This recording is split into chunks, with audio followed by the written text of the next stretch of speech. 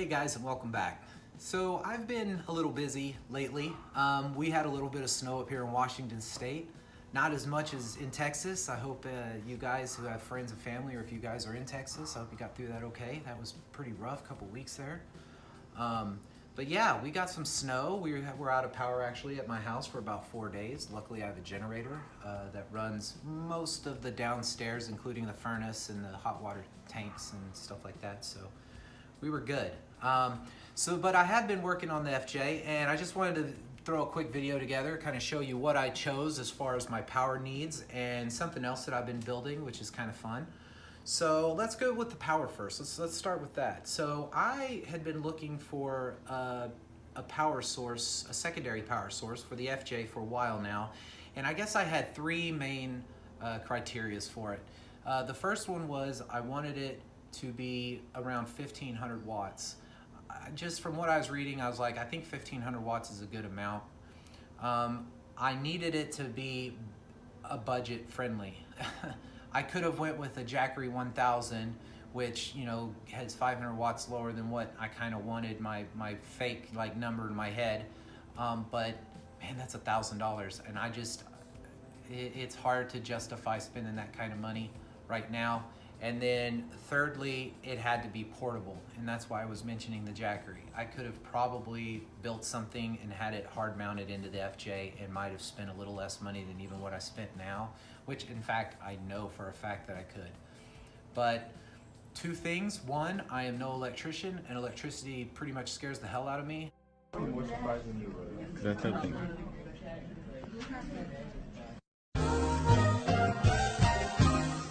I don't really understand it that much. It's like a foreign object to me. So when it comes to like working with numbers and things, and it's so easy to mess up and just fry something, like it's the speed of electricity. You can fry something. So I'm always nervous around it.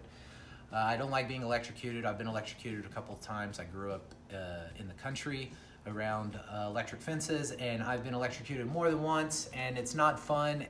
Что за хуйня видел? А?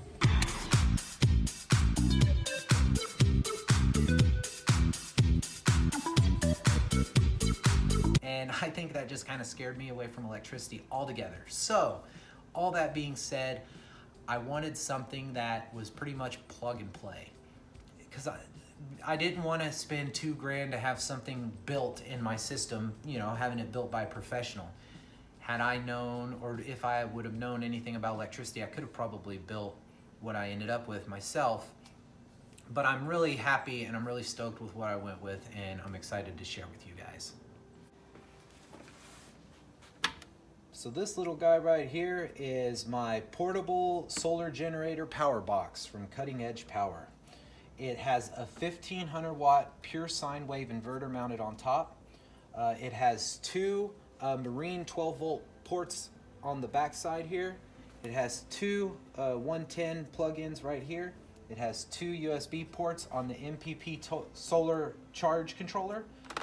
It's wired up. It's got the two ports ready for solar panels. And it's all put together on top of this Atwood battery box. Now, you can buy a battery from the company if you want, and they have, you know, several battery options available.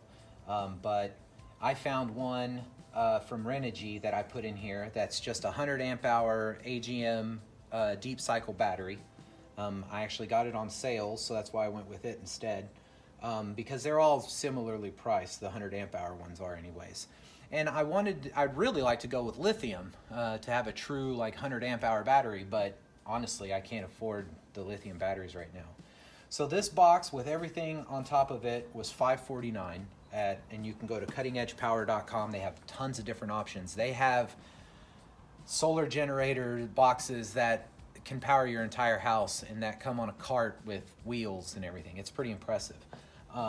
And another thing I like about this, and I've not seen any other company doing it, is they sell wind turbines, like these little mini wind turbines that you put on your vehicle, the wind generators, and you can generate power via wind with this, through this company, which I think is really neat. And I'm actually going to explore, because where I go hunting, It's kind of flat over in eastern Washington. That side of the state is pretty flat, and there's a lot less trees, so it's rather windy over there. And I think while I'm camping and hunting, it would be great to be able to use the wind to charge this thing up. That'd be pretty neat. Anyways, so I went with this one. The straps go around here down to the bottom, and then I've got it strapped in here, so it's pretty solid. The battery weighs 64 pounds, so that also really holds this thing down. I mean, it's solid. It doesn't move. I've already driven it around and went over some pretty rocky ditches, and this thing never budged. None of the stuff back here did right now. That being said, all of this is temporary. I'm building a new tray system and shelving system in here, so I can have a place for everything in here with my traction boards and my onboard air. And this power box will be better mounted, but that's in the future. So right now, I'm working on the power, and that's what I went with. It's great. It also charges right now via the 12-volt adapter in the front of the vehicle. It's got a pretty long AC cord that runs, or I'm sorry, a DC cord, since it's plugging into the charge port, DC port. But it comes back here and it just plugs into the charge controller and charges it. So in the future, what I want to do is I want to install this multi-battery isolator. I'll probably mount it somewhere on this box. You can get this pre-wired and pre-installed on this, but it's literally just this same exact isolator bolted onto the side of this plastic Atwood battery box with one power cable running from here up to the top, and it was considerably more than what this costs. It was, if you want that added on, it's $229. If you just buy this isolator and run that single cable by yourself, it costs you $75. So I bought this multi-battery isolator off Amazon with the intention of installing it later. And for those of you who don't know what a battery isolator does, this one is rated up to 200 amps, and what it does is it charges the battery in this box from the alternator. And when I turn the key off, it isolates the starter battery from this setup here. So I can't drain my starter battery by using this too much, basically. I can't drain this battery and then go up and start draining the starter battery. This stops that from happening. So at some point in the future, when I plan on doing maybe a week-long trip or something like that, I'll focus more on getting this installed. Right now, I just wanted to have it on deck in case I have a chance to do it one day and just do it. So that's my battery solution. That's my power solution that I came up with, and all in all, the battery cost $200. This case was $549. With everything said and done, it cost about $700 for 1,500 watts of pure sine power, so I can run, CPAP. I don't use a CPAP, and neither does anybody in my family, but just to have an idea, you can run something like that off this, which is nice in its own respect. So I just wanted to go with something like this. It ended up being, like I said, $700, about $700, a little over $700 for the whole setup, including the battery isolator. And yeah, so now I will show you what I am building this for. This is my portable diesel heater. So my idea was that when I go camping, I want to be able to heat my tent up for my wife and my child so they can have a more comfortable experience when camping. Personally, I just bundle up in a couple of blankets and my sleeping bag and I'm golden. But, different people have different creature comforts, and I wanted to make sure that we had the most enjoyable camping experience we could as a family. So I wanted to build a diesel heater. Everybody who's watched any of these build shows would know, but in case this is your first one, first off, I feel extremely honored. And secondly, the diesel heater is the most common option when tackling the idea of heating yourself while overlanding. It's very fuel efficient, it's very power efficient, and it's a very simple design, and they last forever, and they're relatively inexpensive. I went with the quote-unquote Chinese diesel heater because of the price. The budget was the biggest thing in my choice, and the options of replacement parts is actually really high on these diesel heaters as well. So the first thing that I did was I bought a box. This is just a Plano plastic box I got from a hardware store. It was about 15 to 20 bucks, give or take. And the diesel heater itself comes with this big fuel tank. I could have gotten a smaller fuel tank, but I really wanted to keep this budget as small as possible, and I really didn't need it to look perfect or get small or tiny or anything, like any smaller than this. So what I did was I took a piece of plywood and I bolted the plywood inside on the side of the box, and then I mounted the diesel tank, the fuel tank, onto that box. I'll show you here in a second. So I took this Plano box, I cut a hole in the lid so that I could still use the lid of the box, and I could stick it right around the diesel heater. And I mounted the plastic box to a motorcycle stand. This is a motorcycle stand. I picked it up at Harbor Freight Tools. It's made of aluminum. It's rated to hold up to 1,000 pounds, which is way overbuilt for this. And it was 30 bucks. And it already had a big hole cut in the top of it. So I didn't have to cut this stand at all. I didn't have to cut any pieces off of it or cut any holes out of it. I just had to drill 4 holes to mount everything to the stand so it doesn't move, because obviously this is all hard mounted together. So the idea is you put this in the FJ in the back and it rides to camp. You get to camp, you take it out, pull the lid off, and inside, make sure you can see. So as you can see, it looks like it's a cluttered mess right now, but there's actually a little method to this madness. So this is the heater hose. This is what's gonna run to the tent and ultimately heat the tent. I got this hose. This is actually a Grow Tent air duct hose. It's 3 inches. You need a 3-inch hose for this diesel heater. And this piece is the original. This is the original hose it came with. It's not very long and it's not very energy efficient. It gets pretty warm on the outside. Whereas this thing is super over-engineered. It's got this super thick, it's like a rubber coating on the outside of the tube.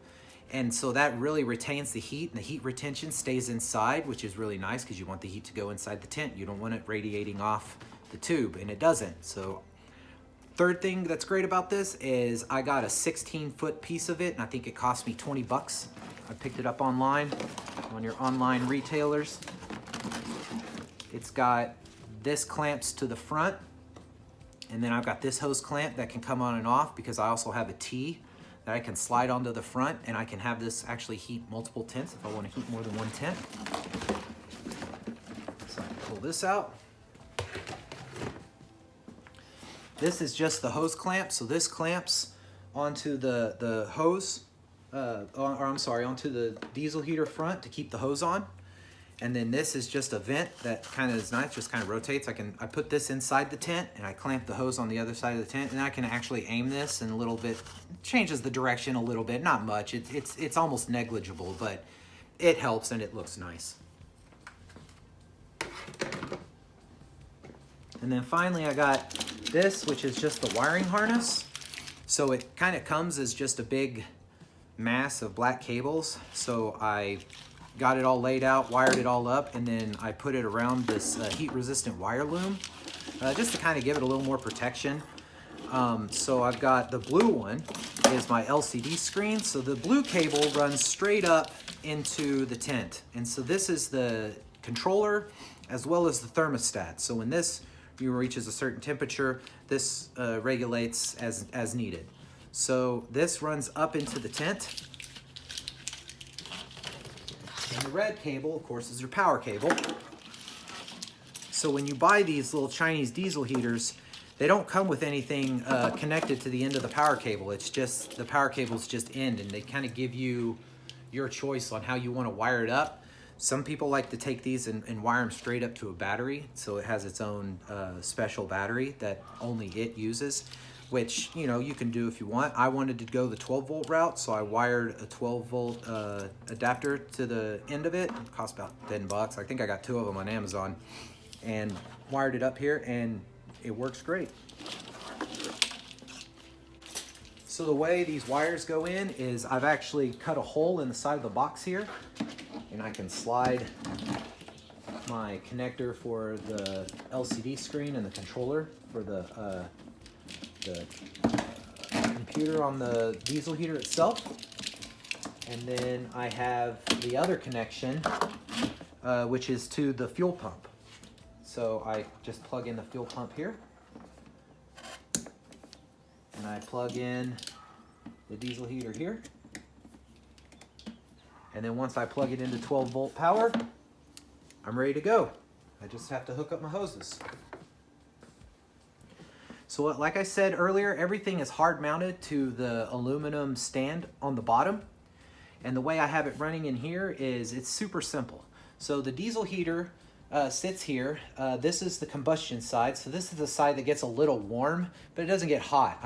I can put my hand and leave it on here while it's running full blast and it'll just warm my hand up, which is perfect because it kind of keeps the inside in here warm so it doesn't get to like a dangerous temperature or anything, just in case that's ever happens. So the diesel heater heats up on this end, and it's the combustion chamber's in here.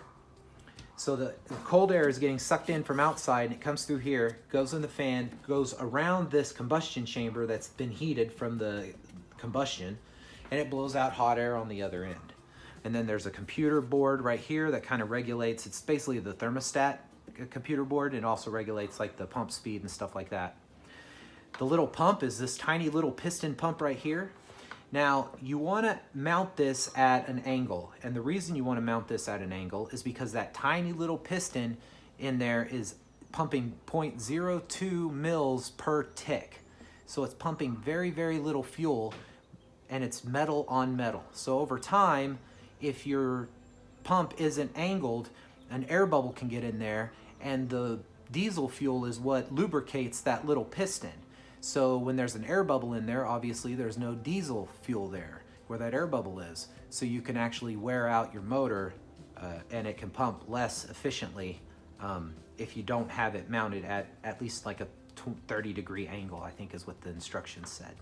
So I have the fuel pump here. It's mounted at a 30-degree angle. It pumps upward. You want it to pump up. So the fuel goes from the tank. It comes out a little nipple that I put here, and it goes down and it goes to this fuel filter, which is right here. It's really tiny. I don't know if you can see it on the camera, but it's a small fuel filter on the line. And then that goes up to the pump, and the pump pumps up and it goes down, and the fuel goes underneath, and there's a little nipple on the bottom, fuel nipple on the bottom of the diesel heater that the hose goes to.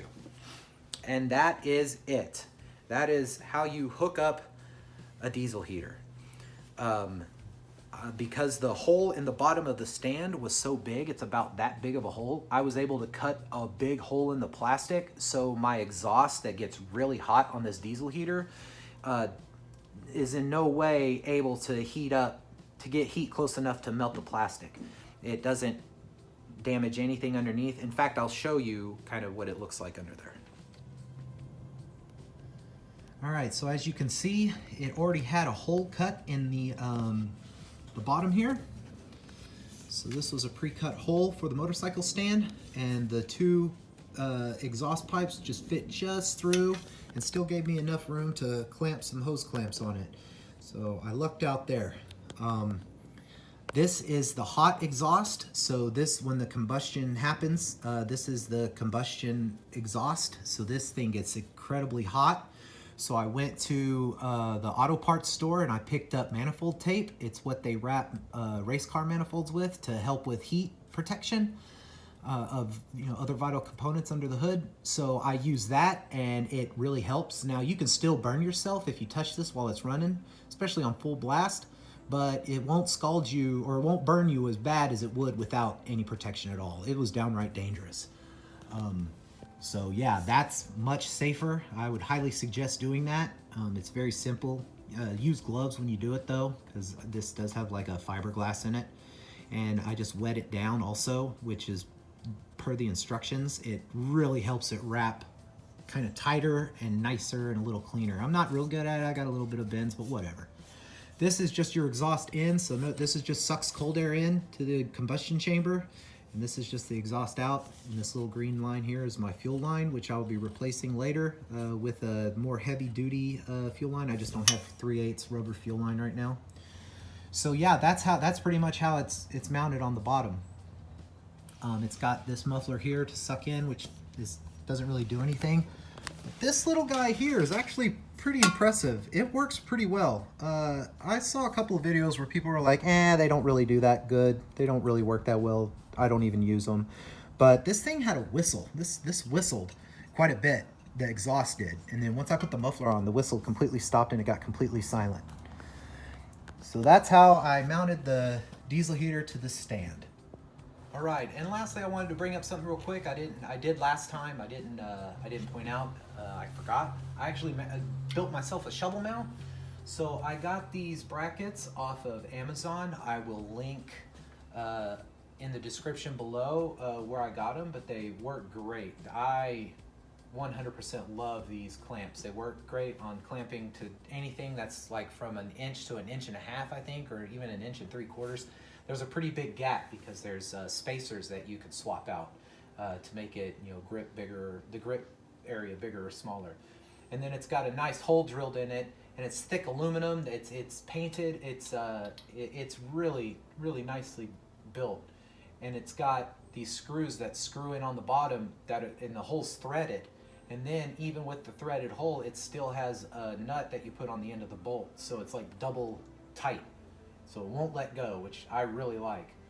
And then I just mounted a couple of quick fists to the top of them, and the quick fists hold my shovel, and my shovel rides up here. It doesn't rattle, it doesn't touch my roof rack, so there's no scratching on it or anything, unnecessary scratching. And I can take my shovel off really quickly by just flipping up these things. Anyways, all together, the thing cost me, I already had the quick fist mounts, so these cost me $20, so this whole setup cost me $20 in spare parts. So you could probably make yourself any kind of mount for anything, any type of tool mount that you wanted. I would highly suggest these if you have a tubular or a circular rounded roof rack. Thanks for joining me on this video. In the next video, I'm going to go over the next project, which is kind of a secret from the wife. She doesn't watch my videos, but she might just happen to watch a video, so I can't mention it to you guys until I should reveal to her the surprise. But it involves this guy, this little propane tank. So that's a hint. All right, so thank you very much for joining me, and I'll see you next time.